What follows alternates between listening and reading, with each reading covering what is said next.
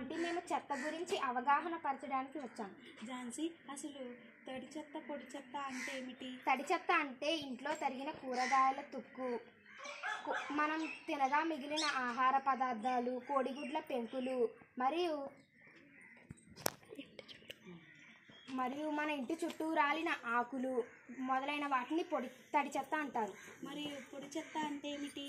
పొడి చెత్త అంటే ప్లాస్టిక్ వ్యర్థాలు, గాజు పెంకులు, అట్టలు, పేపర్లు, థర్మాకోల్ షీట్స్ మరియు పాడైపోయిన ఎలక్ట్రానిక్ వస్తువులు, పాత సామాన్లు మొదలైన వాటిని పొడి చెత్త అంటారు.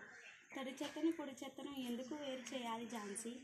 ప్లాస్టిక్ వ్యర్థాలు, గాజు పెంకులు, పారిశ్రామిక వ్యర్థాలు తిని ఎన్నో జంతువులు చనిపోతున్నాయి.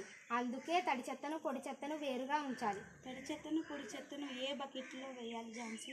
తడి చెత్తను పచ్చరంగు బుట్టలలో వేయాలి. అలాగే పొడి చెత్తను నీలం రంగు బుట్టలలో వేయాలి. తడి చెత్త పొడి చెత్తను వర్గీకరించడం వలన మూగ జంతువుల ప్రాణాలు కాపాడడమే కాకుండా మన చుట్టూ ఉన్న పరిసరాలను పరిశుభ్రంగా ఆరోగ్యంగా ఉంచగలుగుతాం. స్వచ్ఛ భారత్ లక్ష్యాన్ని సాధించగలం. జై స్వచ్ఛ భారత్.